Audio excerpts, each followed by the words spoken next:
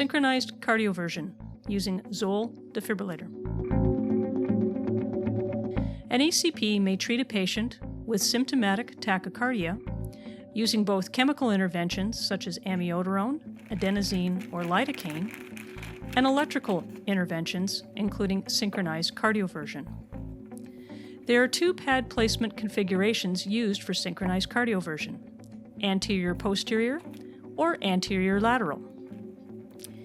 The first anterior-posterior pad placement demonstrated uses the regular Zoll pads without the accelerometer.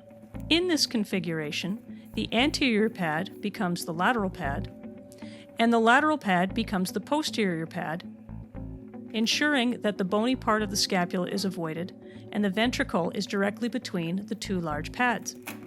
This is also the pad placement used for transcutaneous pacing.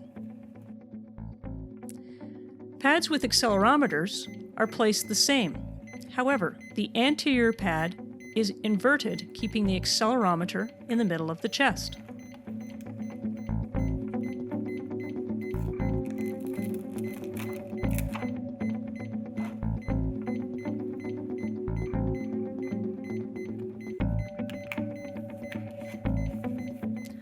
Alternately, the pads can be placed in an anterior lateral or defibrillation position.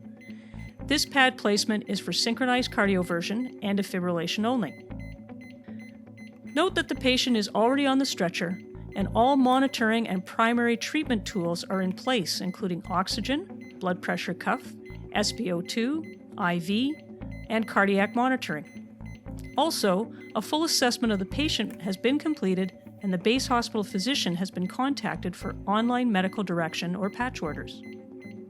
Place the cardiac monitor in manual mode by pressing the bottom left soft key below the display screen marked Manual Mode, and confirming the action by pressing the Confirm soft key on the far right of the same row of soft keys. Next, scroll through the leads to display Lead 2 by pressing the Lead soft key at the top of the monitor directly to the right of the display. Once in Lead 2, engage the Synchronize function by pressing the Sync soft key located at the far right soft key immediately below the display screen.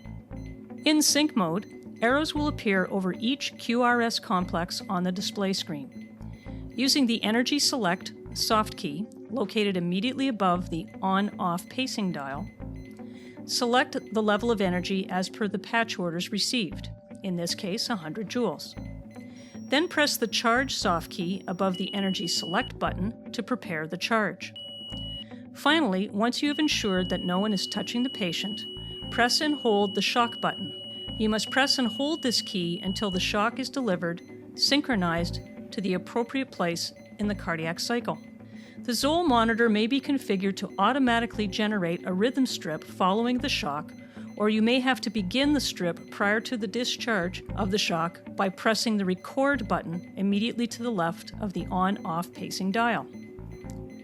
The defibrillator will automatically turn off the sync function once the shock is delivered, so that if the patient's condition deteriorates into a shockable, non-perfusing rhythm, he or she can immediately be defibrillated without delay.